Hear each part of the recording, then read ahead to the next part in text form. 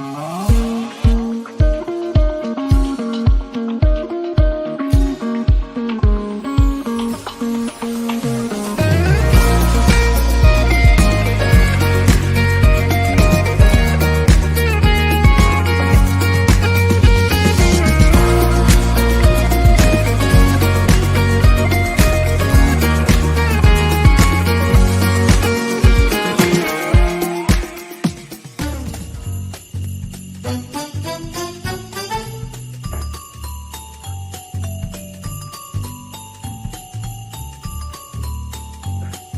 think at some point we have to talk, yeah? Yeah, probably. Hi, girls. Hi. Hello, and welcome to IATEFL Live, our last show of the year. That's unbelievable. Where has this year gone? I know, right? It's incredible. Unbelievable. So, first of all, welcome, good morning, good afternoon, good evening, wherever you are in the world. And I hope that you're joining us in a nice, cozy, or maybe in countries where it's summer, while you're on the beach. Yes? I'm jealous of that. Yeah, I know, right? Oh. Girls, how have you been? Yeah, really well. Quite busy, obviously preparing for the holidays and making sure that everything's ready. How about you two? Good. Well, Georgia threatened to have us have a quiz, and festivities and everything on the holidays. So I've been reading up on anything holiday related, and then I got stuck reading Brian Oh, Bilston. this is unfair. No. Remember last year in Brighton, he was the closing up speaker? Yes. Actually, it was this year, Anka. Oh, see, I'm already like in the Exactly. new year. Horrible. Yes, this year's conference. And I remember we were together when you bought it. Oh yeah. Yes, and I remember that I was telling you, oh, Christmas is so far away. It's not. Yeah, but no. And then I said, yeah, but my heart is always at Christmas. Oh. Yes, that's true. So, for the people watching us from home, we hope that you enjoy today's show because we also have a festive quiz for everybody. Now, I'm going to start with one question just to warm up because we have got a special treat for our guests as well. Everybody will be taking part in this festive quiz. I haven't told Anka or Nikki what the questions are going to be like. That's true. No, nothing. So, no, this is a very nice quiz that you can do with your classes, with your students. You can adapt it any way that you like. So feel free to take screenshots and use them in your classes or in your workplaces. I have actually used that in my school as well. So let's see. How did they do? So, they did terribly. Okay, that's good. That sets the bar low for us. I was going to say we've got a low benchmark. Okay, go on then, Georgia. I do need to say that two specific questions are open to a debate. So it's very good for conversations as well. So we would encourage everyone watching us from home to contribute their answers. So are you ready for question number one? Yes. Excellent. So this country is famous for its Christmas markets where you can sip on mulled wine and buy handmade ornaments. Oh, well, I do know in the Netherlands, everybody's always going to Germany for them. We do have some, but we usually go to Germany for this. Well, do you know the Czech Republic won the Christmas capital of the year last year, and I think it still holds the title. So I'm wondering if it might be the Czech Republic. Well, if you won, then it should be. I think it's just a further drive for most Dutch people to Czech. So yeah, exactly. I think all around Central Europe, definitely, there's a lot of markets. Georgia, what's the answer? I see in the chat that I'm not the only one thinking Germany. So maybe it is. I must say, Amanda, the majority on my side. Amanda, very well done. It is Germany. Very well done. But Nikki, now you have to prove it. Like go to a Christmas market in Germany. Show us the pictures. Absolutely. In the Czech Republic or in Germany? I can go in the Czech Republic. That's nearer. For you, I'd say the Czech Republic. But if you want to go to Germany, go. Brilliant. Now, I'm going to ask you a second question. a little bit later, because first we need to invite to the stage our very own Laura Creed, who is here live from IATEFL head office. Hello, Laura. Hello. Wow. Hey. Hi, Laura. Nice jumper. Thank you. So festive. Love it. Laura, how have you been since we saw you last? Yeah, good. Recovered from Brighton and now prepping for Edinburgh. Oh, I think you've got lots to tell us about Edinburgh. We wanted to know, well, in fact, you can start. We noticed that there was a preview brochure. Is that coming out now or is it out already? That's coming out soon. That's going to be out in the first couple of weeks of January, which will be just in time to have a little sneak peek of the plenary speakers before we have the early bird deadline. So you can book for a cheaper rate if you book for the 10th of January. Okay, and it was, when was it for the speakers? I think it was to have booked by the 18th, wasn't it? If anyone was planning on speaking this year. Yep, the speaker payment deadline, that is next Wednesday. Oh, okay. So next Wednesday for the speakers and 10th of January for early bird. Yep. Perfect. And is it easy to book, Laura? Yeah, so what you need is an IATEFL account, which is free to create. And basically you just go to the IATEFL website and you can click login. And if you don't have a login already, you can create a login. And then when you're on the My Dashboard page, there's a big pink square that says book for the conference. And you click there, fill in your details, and then you're away. Sounds easy. It does, doesn't it? And then there is the option to pay later. So you could pay at a later date, or you could get your nice employer to pay for you if that's what they're doing. Or you can pay on site if you're not able to pay by credit card or something like that. Oh, that's great. And is it advantageous to be a member? Yes. Okay. So the member discount, if you're not a member already, basically the non-member conference price is the same as if you were to buy a membership and then buy the membership rate of the conference. So if you're already going to pay for the non-member rate, you might as well use that money better and get the membership first and then the membership conference. And then obviously you get a year's worth of benefits, plus you get to come to Edinburgh. Oh, I can't wait. I'm so excited about Edinburgh. Anchor, have you booked your place? Not yet. But I sent you an email about this yesterday. I do have to pay before the 18th, I think. So yes, I will do it before Wednesday for sure. Oh, that's perfect. And Laura, so what have we got to look forward to in Edinburgh? What can we expect if we're rocking up on the Monday, for example? On the Monday. Oh, Monday is pre-conference events. So the conference kicks off on the Tuesday. So we've got pre-conference events run by our special interest groups, the SIGs.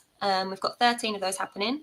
And if you can't make it to Edinburgh, there are 5 of them happening online. So there is a possibility to join online if you can't make it all the way to the UK. That's fantastic. And so if people wanted to go to the conference and the pre-conference event, how is that all in the same booking, or is it obvious that you need to book separately? Yep, so the pre-conference events are separate. So it's a separate price. There's also a member discount on that. So while you're there getting your membership, you can get that cheaper as well. But yeah, they're completely separate. So basically you can look at all 13 descriptions and see what one suits you best and then book that one.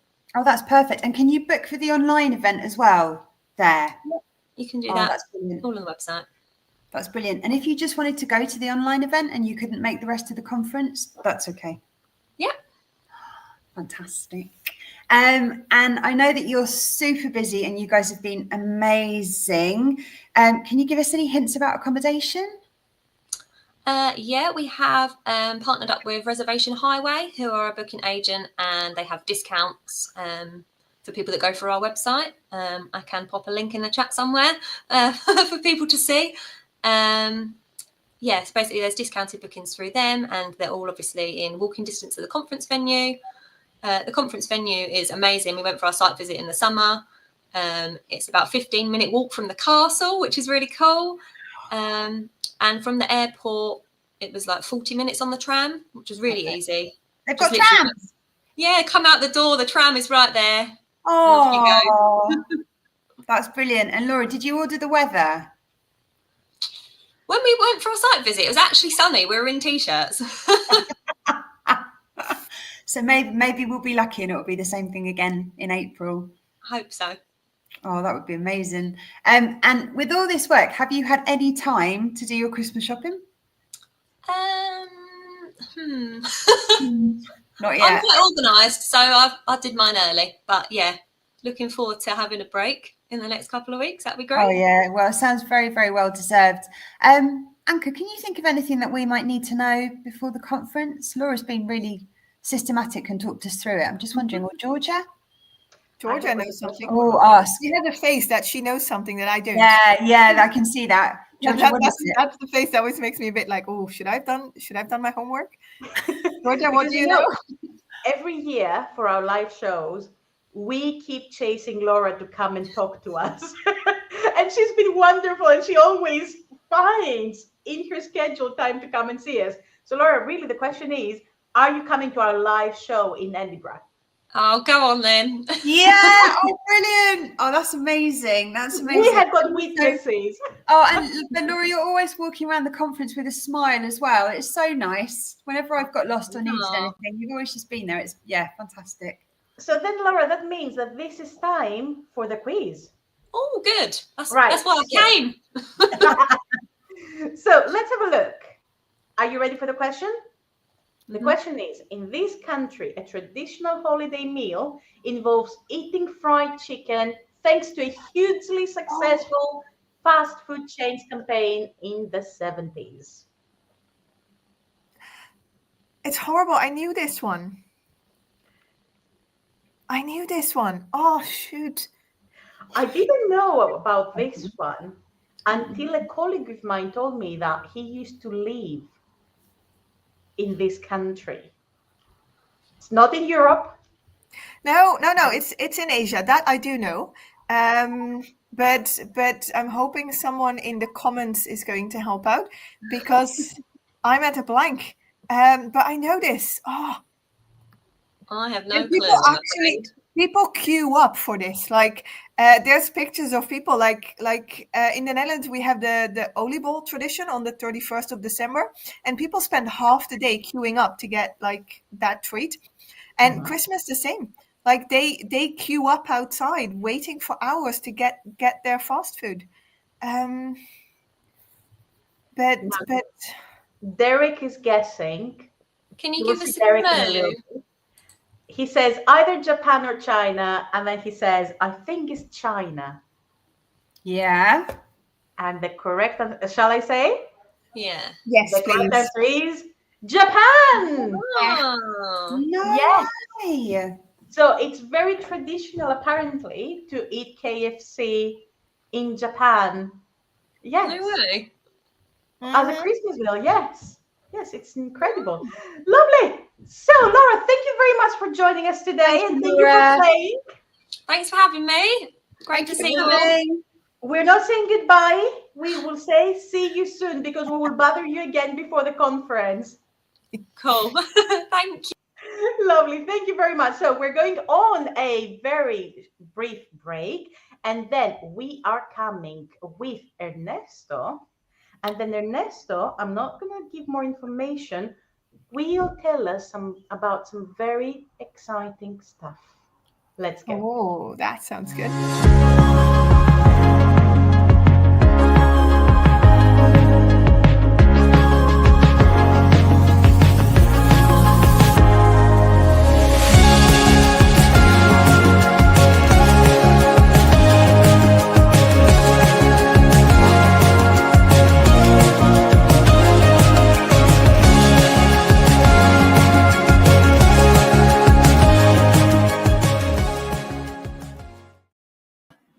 Hello. Hi. How are you, Nikki? I'm very well, thank you. Just in case anyone's just joined us or you've been here since the beginning, this is our lovely Dr. Enesco Vargas-Gill, who's joined us this afternoon. I'm very well. How are you? Good. Thank you for having me on. Oh, it's a And pleasure. hello to our audience at home or those who are going to watch the recording later. Hi. Absolutely. Ernesto, where are you joining us from this afternoon? I'm in London. I'm Ah. based in London. Yeah. And what's the weather in London? How's London going? Don't ask me. It's been better. Let's leave it there. Yeah, okay, fair enough. I hear you. Okay, Ernesto, for anyone that hasn't met you yet, can you just introduce yourself a little bit? Tell us a little bit about your background and what you're currently doing. Yes, of course. Well, I am currently a lecturer in academic and professional communication at Queen Mary, University of London. I am also a visiting lecturer at Imperial College, London. Nice. Applied linguist by training. I completed my PhD at Warwick University here in the UK. I am also a language teacher, educator, and currently the Research SIG coordinator. I always like to say that I am originally from Mexico. I came here as an international student. I thought that I was going to be here just for a couple of years and then go back home, but they invited me to stay. I'm here. I've been here in the UK for quite some time now. Wow, so you have, and also you have a lot of hats. You do a lot of different things within the profession. That's amazing. That's so cool. So tell us, you mentioned that you were the Research SIG coordinator. So that's your role within IATEFL. For anyone who doesn't know what the Research SIG is or does, can you tell us a bit about that? Yes, of course. Well, IATEFL Research SIG is one of the 16 special interest groups that we have at IATEFL. Our SIG, as its name says, is pretty much devoted to research, but particularly teacher research. We like to conceptualize ourselves as a platform more than a community of researchers, teachers, students, and educators who are interested in English language teaching research. And well, we pretty much discuss latest events in ELT research. We encourage teachers and learners to get involved doing research, support and organize events around the world, create opportunities for members to publish and share the research. We have a newsletter that we publish every year, but we also host webinars and organize conferences. It is not only writing, but different outputs that we pretty much promote within teacher research. We are kind of a compacted group of 12 members. However, we have a very large community of official members, let's call it that way, and non-official members, at least that amount to at least 2,500 members around the world. Oh, that's fantastic. And that is normally seen in the conferences that we organized. For example, we organized every year a teacher research conference. I would say it's one of the most important teacher research conferences in the world.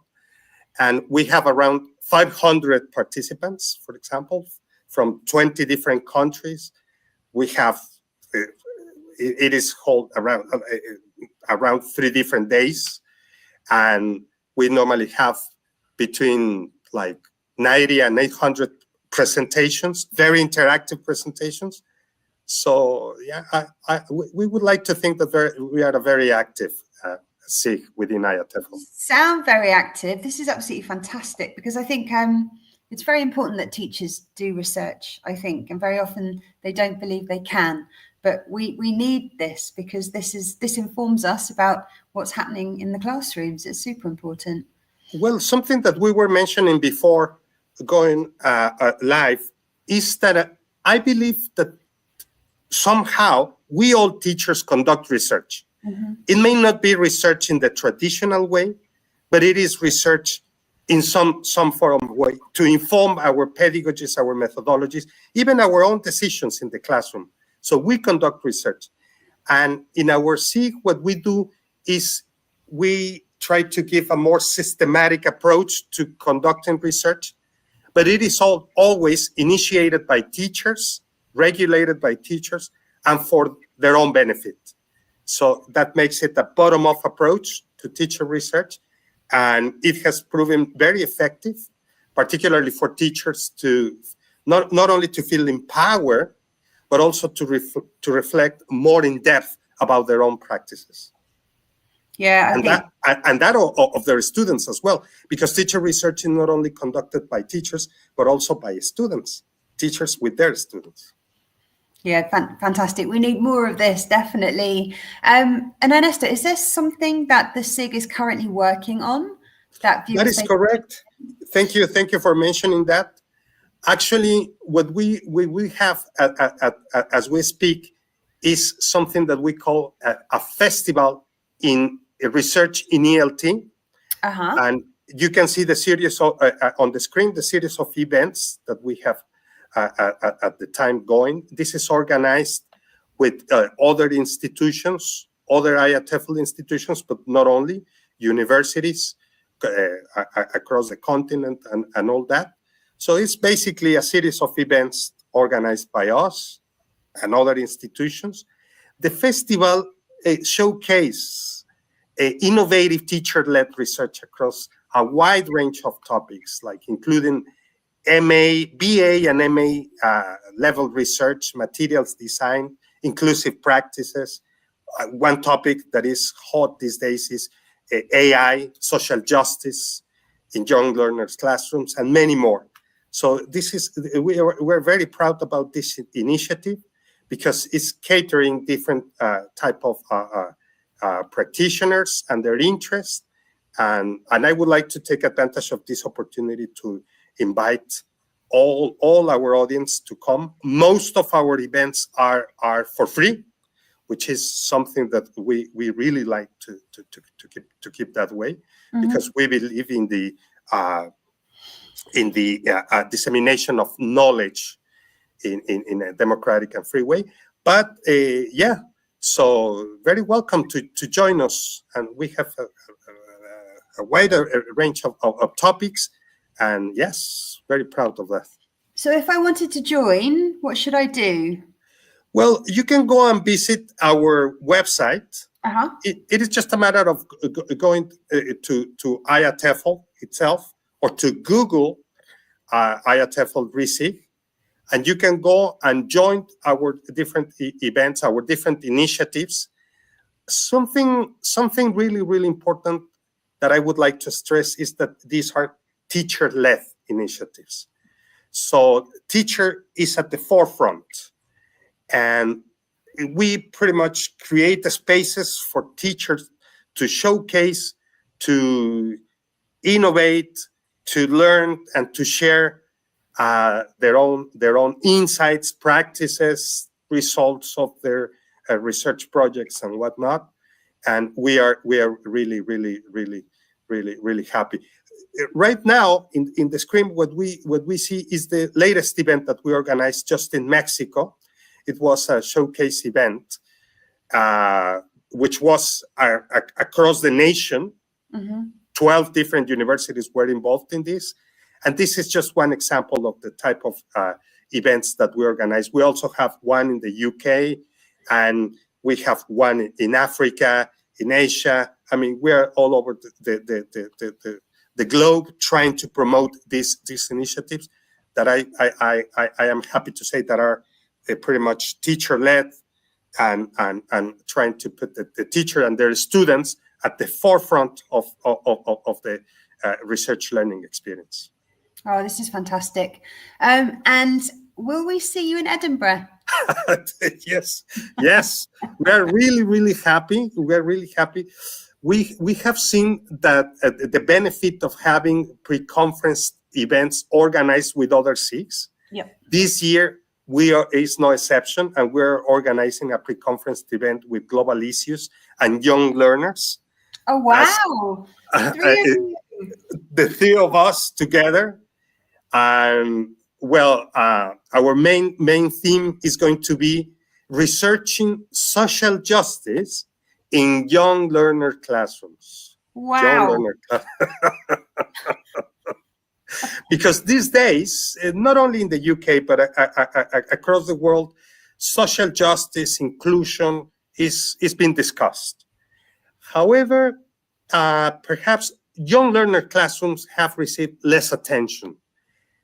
So we want to emphasize the practices and the different initiatives that are being conducted around the world. We're going to have plenary speakers. We're very happy. Can I reveal who the plenary speaker is going to be, or not yet? Or probably I don't have a problem with that. Hang on, let's just check. Georgia, well, we're really happy to have Professor Ana Maria Pinter. Talking. She just recently won the Bal Book Prize Award. So we're going to have plenary talks, but also teacher research talks, and the ethos of our RISIC is that our presentations are normally interactive, highly interactive, with a strong participation of all the delegates. Mm-hmm. And so in terms of networking and sharing knowledge, pretty much co-constructing understandings around the different issues that pretty much dominate this field, or this is a common theme that we normally see in our events. And this time we want to promote the same thing. So everybody is invited. You know what? The good thing is that we're going to have a kind of a hybrid approach. It's going to be online, and it's going to be also face-to-face. So we're going to have these two options. And does that mean that if people wanted to join online, they could? Exactly. Oh, brilliant. And we because in part, we believe that this is a way to make it more accessible to those who cannot, for whatever reason, come and take part. We also want to hear from them, and we want to create these spaces for people around the globe to join these conversations and have their voice heard. And is this exclusively for people who teach in YL classrooms, or what if we had some people that were teaching perhaps in tertiary or adult learners? Could they take something from the event? I think so, yeah. Well, I tend to believe that, contrary to common wisdom, that teaching young learners is particularly challenging, and it involves a lot of things that later can be transferred to teaching adults and teaching in other contexts. So in that sense, I think that all people across the board can benefit from this particular focus and gain insights and probably inform their practices, learning and teaching practices in other contexts, because of all of the insights that can be gained and shared in these in young learners' classrooms. So yeah, to answer your question, I would say it's open for everyone, actually. Yes. Brilliant. So I think the message there is don't delay. Make sure that you get in with the early bird booking before the 10th of January. And if you can't make it in person, you can watch the event and participate online, which is great to be so inclusive and to allow everybody to join. That's fantastic. Ernesto, thank you so much for talking to us this afternoon, and also for all the work that you're doing. Brilliant. Thank you. Thank you very much, Nikki. Thank you very much, Georgia. Ernesto, it's been great to have you in the show. Thank you very much. And can I just say, I cannot wait for the pre-conference event. We are really, really, really excited about this conference. And thank you very much for having me on. And yeah, I really enjoyed being here. But of course, before you go, we have got the festive quiz question for you. Okay, excellent. So, brilliant. For you, of course, and for our audience watching us from home, just to explain for the people who have just joined us that we are doing a very nice festive quiz that is very inclusive, and you can use also in your classes as well. So Ernesto, your question is this: So this country is known for having the world's longest Christmas season, starting as early as September, with beautiful parole lanterns lighting up the streets. Well, that must be Mexico. No, I'm kidding. Let me. No, no. Well, yeah. Let me think. Can you help me a bit? I could. The question is whether I want. Georgia, it's Christmas. It's not. Yes. Okay. So I'll give you a clue. It's not in Europe, and it's not in. I don't want to give you. It's not in Europe. I will say it's not in Europe. Is this Taiwan? Close. Oh. Close. Is it China? Is it Hong Kong? I'll give you one more guess so that we can give more time to the people watching us from home. You're getting close, though. I mean, you're in the right region. Is it Singapore? Shall I go for it? Yeah, And please. the answer is Philippines. Wow. Yes. I was very surprised when I looked up that fact, and the lanterns look incredible. So if we do have colleagues watching us from Philippines, wow, it's incredible. I'm going to look it up right now. Please do. Ernesto, thank you very much for joining us. Thank you. Thank you. New Year. Thank you very much. Okay, Nikki. Hello. Before we go on a break, I want to ask you one question. Okay, go for it, Georgia. Okay. In this country, people hide brooms on Christmas Eve to prevent witches from stealing them. And I'm going to add Anka on stage as well. And I would like you to guess for 30 seconds. Now, this is a very nice technique that you can do with your students. If, for example, you have a quiz like this and you want your students to get talking, instead of them saying, oh, I don't know, or I don't know, they can have a conversation. Ready? 30 seconds. Go for it. Talking to Nikki for 30 seconds? Oh dear, I don't think that's going to happen. That's hard. We do you never have talk. any idea? We just laugh. Do you have any idea? Are we talking Europe?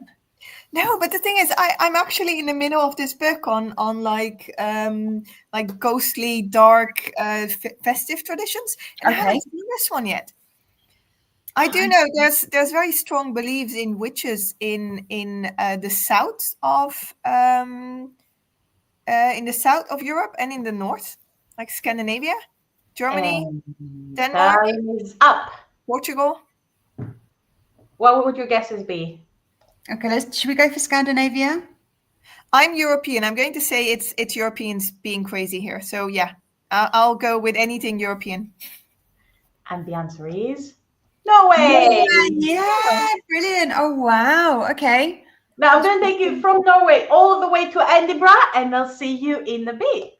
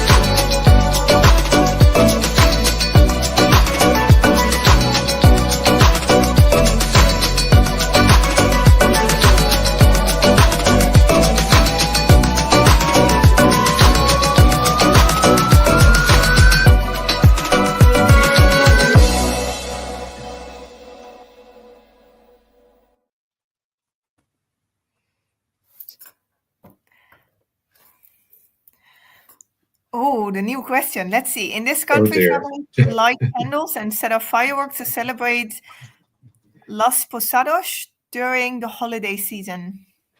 Okay. Well, I'd say linguistically, That it has sounds, to be like yeah, it South sounds America. Spanish. Yeah, Yeah.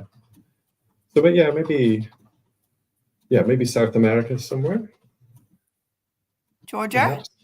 Mexico. Oh, Oh, Mexico. Ernesto should have had that that's question. me. Not me. Derek, my style icon. And here I was going to be hip and trendy with this one, but I should have worn this. Yeah, there we go. There Perfect. we go. Now we're matching. Twins. How have you been? Excellent. Very well, thank you. Very well. How about you? Good, good. Hanging in there until the holidays. Yes, absolutely. Really, really looking forward to the January issue of Voices. Yes, well, we just finished it yesterday. So it is literally hot off the digital press. So it is it's with head office at the moment, so it should be winging its way to members very soon. Oh, is it going to be in the new year or before the new year? I am not sure. Sometimes they do put it out a little bit before, but I haven't heard just yet. It might be before. Santa and the elves. So it might be an early Christmas present. What can you tell us? Any spoilers? What can we read in the January-February issue? Well, it is a PAX issue. We have our usual sections. So, for example, in fact, Georgia kicks us off in the January issue, because back in April, she became a trustee as a result of becoming chair of the digital committee. So she provides an insight into her role as the digital chair, what she's been doing so far in the role, and some of the things that she's got planned as well. So looking at things like moderating, for example, you moderate, Anka, these live streams. And so it's also looking at the sort of IATEFL live streams and other things as well that can either sort of promote IATEFL or different ways of getting our information out to members as well. So Georgia kicks us off, and then we have our usual green IATEFL section, and there's actually two parts to that this time. So we hear from Alexandra Popovsky and Sabina Skenderovich. So Alexandra, of course, is IATEFL president, and both of them actually attended the ELT sustainability conference, which was in Bosnia and Herzegovina recently. So they report back on that. And of course, Christopher Graham was also there, who's our vice president, and he was presenting as well at the conference. So we continue the theme of sustainability. That's so good. It is. It's very interesting, actually. And we also hear from Adrian Underhill, and he is talking about how schools can gain sort of green credentials. So there are specific certifications for schools to show how they are sort of being sustainable and what they're doing and how they can actually achieve those credentials for their institution as well. And there's lots of practical advice given there, actually, which is actually for a lot of schools might actually be quite useful and interesting, and something that they wish to pursue if they're not already doing so. And it sort of gives advice on how to do that as well. So if they're a bit uncertain as well as to how they might go about it, then have a look at that, and that might help. And also we've got from the British Council. So they continue with their contributions, and this time it's artificial intelligence, which we don't hear enough of. So, but it's an important aspect that they're covering because they've just released a publication which is called AI Activities and Resources for English Language Teachers. So they are presenting some ideas as to how you can incorporate AI and so forth into your classroom, how you can use it, how teachers can use it maybe to their benefit, and perhaps also, what to do if you're maybe a little bit sort of worried about AI, perhaps, and not too sure how to approach it. There's lots of sort of practical advice in that publication that teachers can take advantage of. Oh, that's good. Then, yeah, it is very interesting, actually, very useful as well. So I do like practical things in voices, actually. So that was right up my street there. We do have quite a few feature articles. I think we've got 9 this time.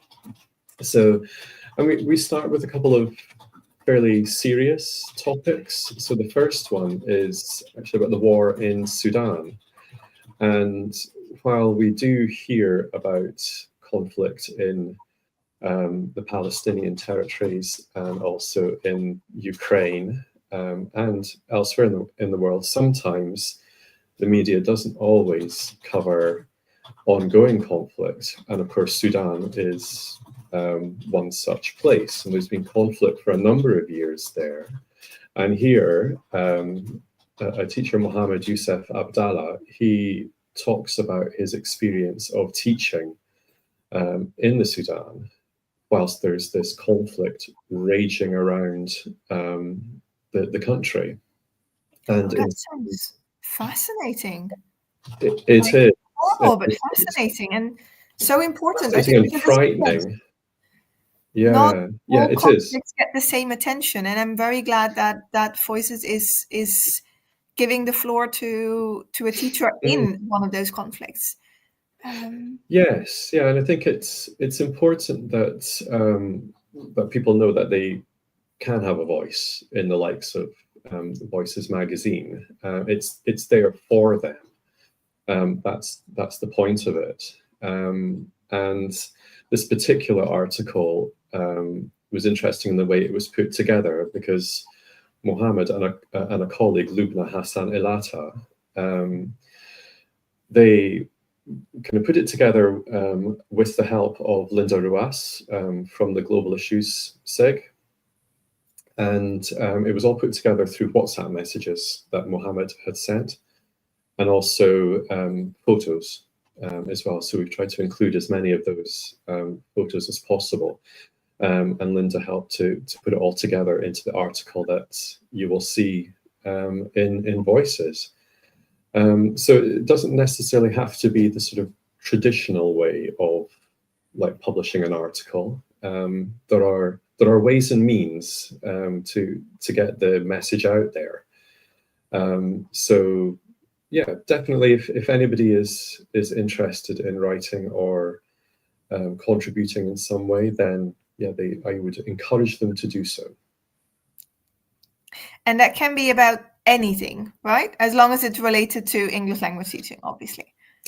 Absolutely, yes. And in fact, I put out a call for contributions from the May issue onwards. And basically, yeah, it can be about anything. If you've done some action research in your classroom, or if there's a specific issue that you want to discuss, anything ELT related, it can be about AI and how that's sort of impacting your teaching practice or how you've used it, or maybe there's something else that's impacting your teaching. Just even if you don't have a specific article written yet, there's no reason why you can't get in touch and say you have an idea, and then we can go from there. So the call is basically anyone who'd like to write, anyone who'd like to get a publication in their name, to get something published, reach out. If you have a plan, brilliant. If you have an idea, brilliant. If you just have ambitions, brilliant. Just reach out, and you'll find a place for them. Yes, yes. And a couple of other ways that if people don't necessarily want to write an article, there are a couple of other options as well. So from January, I'll be looking for conference reviewers because, as people may have heard, there's a conference coming up. So for Edinburgh, and for each conference, and next one being Edinburgh, I look for a number of people who want to write reviews of the conference in Voices. That will be the July issue. So either they can review a plenary, or they can do a general review, and a general review being, these are the sorts of talks that I went to see. This is what I got out of them. This is also my conference experience as a whole. I always love reading those. Edinburgh. Yeah, it's great actually, and it's a nice way of sort of getting in there with like writing for a publication as well. And the other possibility is lesson plans, because we have the classroom section. So if somebody would like to share a lesson plan that they've tried and tested in their classroom and it works for them and they want to share, it doesn't have to necessarily be like a specific theme. We had a sustainability theme previously, but it doesn't necessarily have to be on sustainability. It could be whatever has worked in your classroom, as long as it works. And share that. That's another opportunity to get into sort of published writing. Wow, talking to you always makes me so happy. So first of all, we have a new issue coming out with Georgia and Chris and Adrian talking about green schools and stories about Sudan and like all my heroes and everything that I want to read in one edition. And then for anyone with New Year's resolutions and ambitions to get published and contribute, write an article. If you have an article, send it in. Write an article. If you want to write an article, talk to Derek. If you have a good lesson, you don't want to write an article, just send in the lesson plan. Absolutely. If you don't have good lessons, you don't have good ideas, you don't have articles, but you are going to Edinburgh, then you can even write about that and still get a publication in Voices next year. Yes, absolutely. Lots of opportunities. Fabulous. Love it. Love it. Thank you. I will say this forever and ever. As Derek said, if you're anxious about writing, don't be. I was, but Derek encouraged me, and he's very, very nice. And the guidelines are very good. So if you're anxious about writing at IATEFL Voices, don't be. We are here to guide you. And Derek is the right person for it. So thank you, Derek. Oh, yes, because you've written for Derek now. I've written for Derek too. And trust me, if you can make my writing look good, that's like an accomplishment. He's crazy patient. He helps me through everything. So if you're not sure, just do it. Yes. Now, Derek, Absolutely. I know that you did a question before, but I have got one more festive question for you. Okay. Oh dear. Lat is asking us in the comments where to send the lesson plan, any email or WhatsApp number. Oh yes. So if it's emailed, that would be best. So it's editor@iatefl.org. There we go. Perfect. Yeah, so send it to that email address and we can start the conversation. Excellent. Thank you very much. And before you go, Derek, this question is for you. Okay. Which country celebrates Christmas by eating panettone, a sweet bread filled with candied fruits and raisins? Oh, I do like panettone because it's in Marks and Spencer's.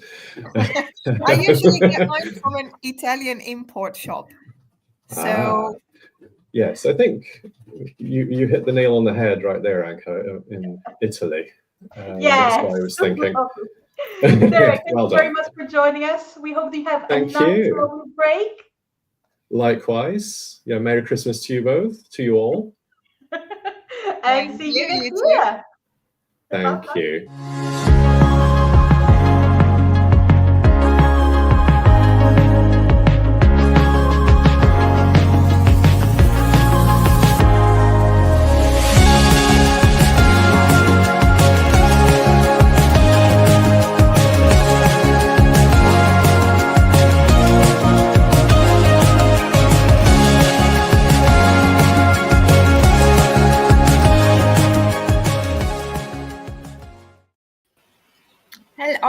we've got another question, Mark. What do you think? Oh, do you know? I think I might know this. Well, I know this one because I used to live in this country. Spain. Yeah, absolutely. That's the right answer.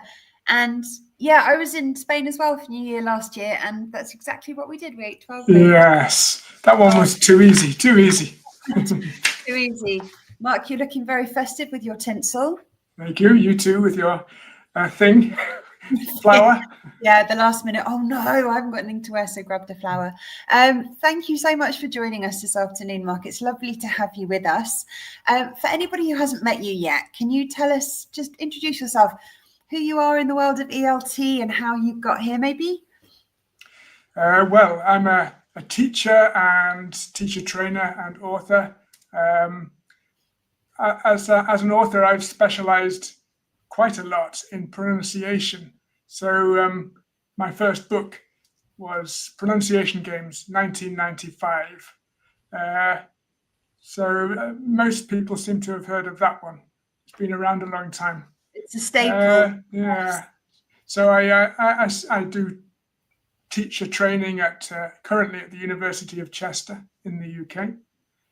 I do teacher training online courses with colleagues, Taylor Vega in Brazil and Stella Pallavicino in Argentina. And I'm still writing books. I've just published one a couple of weeks ago, actually. So yes, self-publishing and also normal publishing. And Mark, what led you into pronunciation? Because that's not an area that many people want to go near. They feel like, oh, we can't deal with this. Well, yes, there's a story there. I was working at the Cultura Inglesa in Brazil, and I had some administrative hours in my timetable. And so they told me, they asked me to make some materials for teaching pronunciation. And I didn't have any idea about it. But I had a go. And it's the way things happen often is by doing it that you discover that you like it. By making these materials for the school, I discovered I enjoyed it. What I enjoyed was trying to make the topic, which is a little bit intimidating, as you say, to make it accessible and fun. And in fact, my first book, which I just mentioned, Pronunciation Games, that's where it started. After that experience of writing those materials for the Cultura Inglesa. Oh, wow. Little did you know at the time that was going to... Little did I know that it would be my life. Yeah. Well, I mean, it's fantastic. I think somebody definitely needs to help us teachers with pronunciation and how to teach it and work with it. You recently gave a webinar for IATEFL on pronunciation. For anybody who didn't see it, could you tell us a bit about that and what the main message was? Yes, I can. First of all, I can mention that I've just discovered today that it's now available on the IATEFL website for anybody who wants to rewatch it. It's called 4 Principles for Accent-Friendly Pronunciation Teaching. So I've got the word accent-friendly in there, basically to go with my mug here. Accent-friendly teacher. Accent-friendly is simply teaching pronunciation in a way which is not pushing forward a single standard accent like Queen's English or General American or whatever you like. It's a more accent tolerant of variation, teaching pronunciation in a way which allows for the natural accent variation. After all, English is a global language now, and it's absurd really to think that everybody will be speaking just the same as each other. We need to take that into account when we're teaching pronunciation. This fiction of a single standard, it just cannot hold with the facts of life today, where English is everywhere. Or it's a lingua franca, as Jennifer Jenkins pointed out. People often use English where neither of them is a native speaker of the language. In that case, who's going to decide what's correct and what's not correct? Is it even important? Probably not important. So how do we do it then? What are the features, be it at the level of individual sounds or perhaps stress, rhythm, intonation, that we can work on so that the accent itself is not what we're trying to perfect, but the intelligibility? Well, I think the first, I'll just speak about individual sounds or phonemes, because that's really where accent variation is most noticeable. I think the important thing is to understand that phonemes are variable inherently. The example I gave in the talk was the phoneme that you have in the word bait, for example, B-A-I-T. That phoneme, it can be pronounced in a number of ways. It can be A, or it could be air. You could say bet, which would be typical, for example, in the north of England. Or in the south of England, it might be bite in the southeast. Those are not incorrect. It would be silly, wouldn't it, for me to say, oh, anybody who speaks with a different accent than me is incorrect. No, they're all perfectly intelligible varieties. So it's to your question. To answer your question, it's to understand that the phonemes that we teach when we're teaching pronunciation are not monolithic. You don't have to speak exactly like the Queen or some other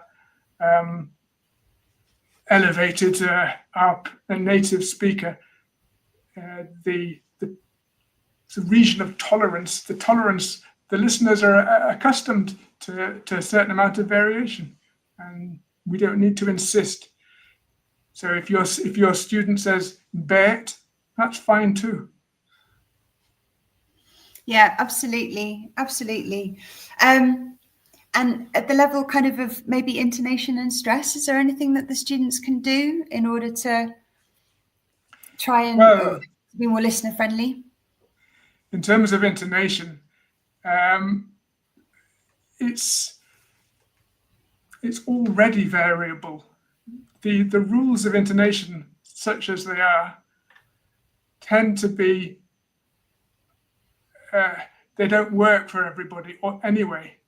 I suppose that's part of the reason why Jennifer Jenkins, again, she sometimes says that you can't really teach intonation because it's just too specific to different varieties of English.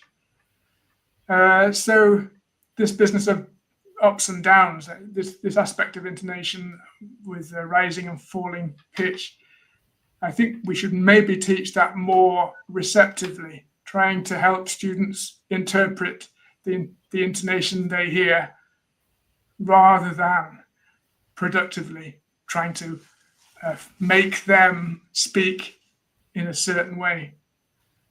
And the other question you had was about stress, right? Yeah. Well, I think stress is less accent specific. So it doesn't, the variability of accents, I don't think it impacts quite so much in that area of pronunciation. So, which is good. Yeah, one less thing to worry about. Yeah, absolutely. Oh, Mark, thank you very much. So we can find this webinar on the IATEFL website in case for anyone who's interested and didn't get the chance to see it live. Is there anything that you're working on at the moment that you would like to share with us? No, I would like to mention, since Ernesto was talking about the pre-conference events at Edinburgh, I won't personally be going to Edinburgh, sadly. However, I will be going virtually because the PronSig, pronunciation SIG, pre-conference event, I'm happy to say, is once again hybrid, which means that it's going to be available. You can attend from afar, as I will be doing. So yes, I'll be doing a talk at the PronSig pre-conference event. PronSig, I've been a member of PronSig for a couple of decades now, and it's been inspirational, an inspirational SIG, fantastic magazine. Nowadays, there's an incredible bank of videos available on the YouTube of the PronSig. It's a very enthusiastic, numerous team, very accent friendly, I might add. Oh, that's great to hear. So if anyone's interested in either joining the PronSig or going to the pre-conference event, which is going to be hybrid for PronSig, which is fantastic, then again, the IATEFL website, I think, is the place to go and have a look and to see that. Mark, thank you so much. It's been a pleasure having you. All the best, and we look forward to seeing you in Edinburgh. Thank you for having me on. Mark, thank you very much. And before you go, so you said that not the question. I do have another question, yes. Oh, no. Well, I have got two questions, rather. So you said that you are sadly not coming to Edinburgh, right? That's true. That's true. Excellent. But can we have you again on the show in 2025? Oh, yes. Yes, please. Yes. Absolutely. Amazing. So now time for the difficult question. That was the easy question. Time for the difficult question. Ready? Let's go. So during the festive season, homes are decorated with beautiful oil lamps called diyas, and colorful rangoli patterns are made on the floor. I'm sorry if I haven't pronounced that right. Well, Nikki, you got the answer here or what? No, unfortunately, I haven't at all. Georgia, can you give us a clue? I could, but unfortunately, I don't remember the answer either. So we did say it's written on the slide. Okay. Let's have a look at this word rangoli. That looks a little bit like Southeast Asia, doesn't it? Could it be? Georgia, does that sound right? Shall we go for it? Let's have a look. Yes. South Asia. Diwali festival. Now, also, Mark, before you go, we have got a lad in the comments who is asking, can we have books, links, or websites that can help for pronunciation? Well, there's obviously there's the PronSig website, but which you can find the link to on the IATEFL site, I'm sure. There is, if I may say so, my own website. I have plenty of free downloadable material there. Let me see if I can find you a link for that. If I can find a link. I'm adding it now, Mark, on the chat for people to have a look at as well. And I'm going. Well, okay. There, if I put it in the comment here, this is a. Oh, I can't paste into there. Can I? It appears that I can't paste. I'll put it in the. I just put a link there, Georgia. This is actually the slides for the webinar that was last weekend that we were just talking about. But the first part of it, pronpack.com, there's a website there with articles about pronunciation, which you can look at. Amazing. Thank you so much, Mark, and we'll see you in 2025. See you then. Bye. Thank you.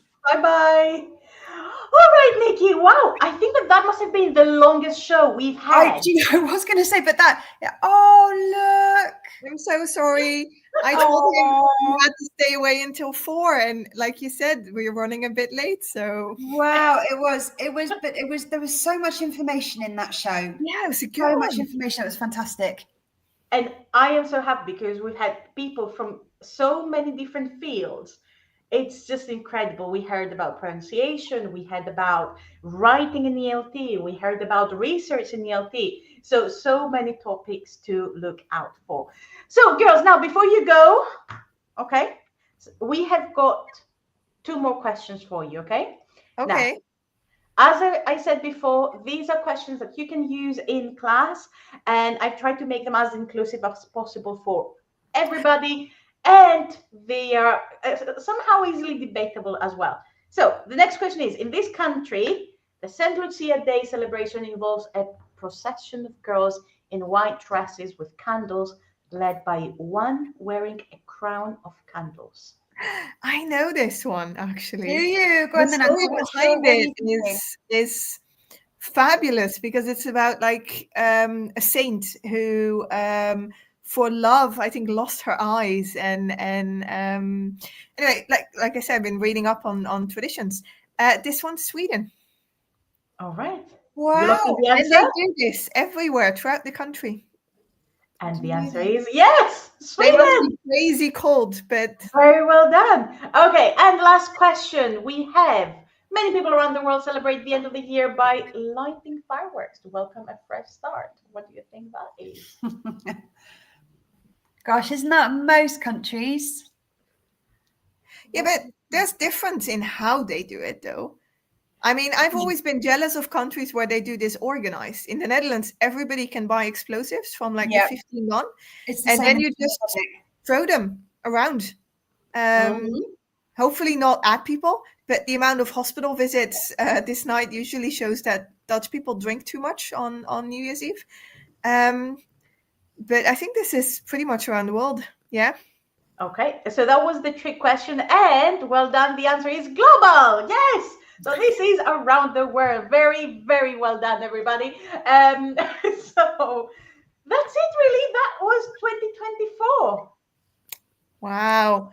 And we're done. Oh. What was your IATEFL? Now, this is a question not only for you and our cat, but also for our audience. What has been your IATEFL highlight this year?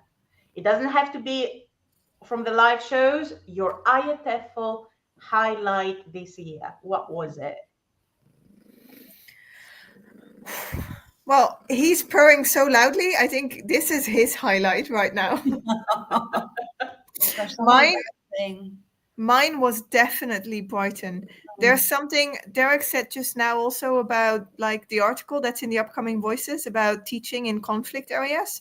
There's something so very humbling about the people that we talk to, and the bigger perspective that we always get when we do the lives on location. That Brighton definitely was my highlight. Mhm. Vicky? Yeah, no, I have to agree with you. Brighton, it was amazing as it always is, just meeting everybody face to face again, and the inspiration, the motivation. Working with you girls, always the best week of the year. And also, I mean, I loved what I saw. I got to saw the debate on AI and where we're going with that. So just, yeah, fantastic. But Definitely. it is changing our education, isn't it? Like now it's just a tool we use, but I think in a couple of years we look back on this time and think, weren't we cute talking about tools? It's actually massively going to change, I think, what we do. It's like what they said that at some point Google search was something new, and now it's part of our everyday life. I think that AI is going to be the same. It's not just a tool, it's part of our everyday life as well. I would say that my highlight for IATEFL was the creation of Green IATEFL.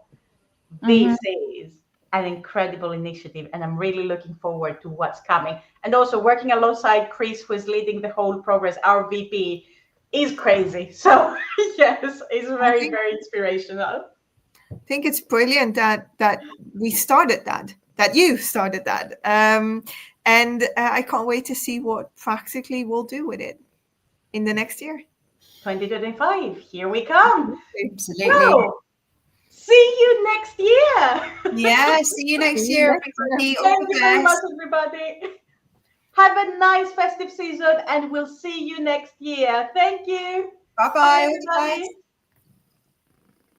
Bye.